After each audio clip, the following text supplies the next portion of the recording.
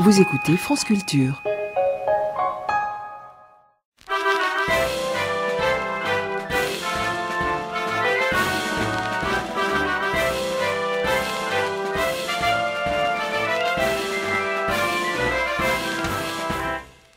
J'ai une amie qui a perdu son chat.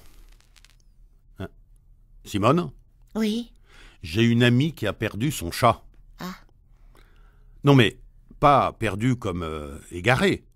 Pas perdu comme la mère Michel, à qui il suffit d'ailleurs de crier par la fenêtre à qui le lui rendra, pour apprendre par le père Lustucru que son chat n'est pas réellement perdu. Non, je te parle d'un décès. Le petit chat est mort. C'est dommage, mais quoi? Nous sommes tous mortels et chacun est pour soi.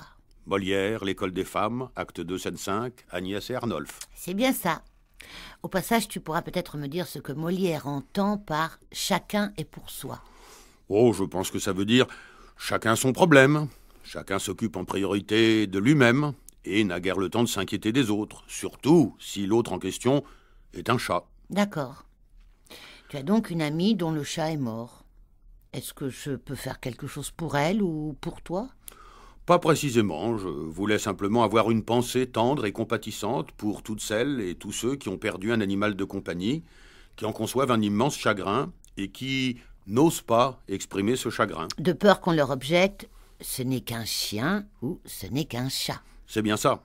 Bon, il n'est pas question naturellement de comparer la perte d'un animal avec la perte d'une personne humaine, mais pas question non plus d'établir un hit-parade des deuils avec l'intention fielleuse de faire honte à ceux qui pleurent la perte d'une simple bête.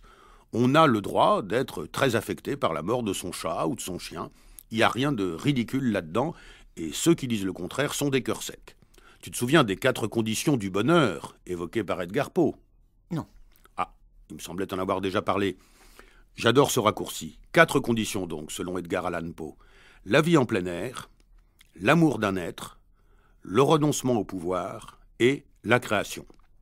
Tu notes qu'il parle de l'amour d'un être et non d'une personne. Donc aussi bien un chat, un chien, un oiseau. Je n'irai pas jusqu'au hamster ni jusqu'au poisson, à qui certes on peut sans doute vouer de l'amour, mais dont je ne suis pas certain qu'il puisse vous en rendre beaucoup. En revanche, dans l'univers impitoyable des sociétés modernes, nombreux sont ceux qui trouvent un réconfort précieux et même salutaire dans la relation affectueuse avec un animal justement nommé de compagnie. Et quand cet animal meurt, la sensation d'abandon, de solitude, de fracture est forcément très douloureuse. Il n'est pas incongru, dans ces cas-là, de présenter des condoléances, c'est-à-dire de partager, autant que faire se peut, et même si faire se peut peu, partager la douleur de l'autre. Puis-je alors présenter mes condoléances à ton amie? C'est très urbain de ta part. Mademoiselle ou madame, si vous nous écoutez, je vous présente mes sincères condoléances attristées. Et si vous ne nous écoutez pas... Oh, c'est pas grave, oui, il y aura bien quelqu'un pour les lui transmettre. C'est aussi ça, la radio.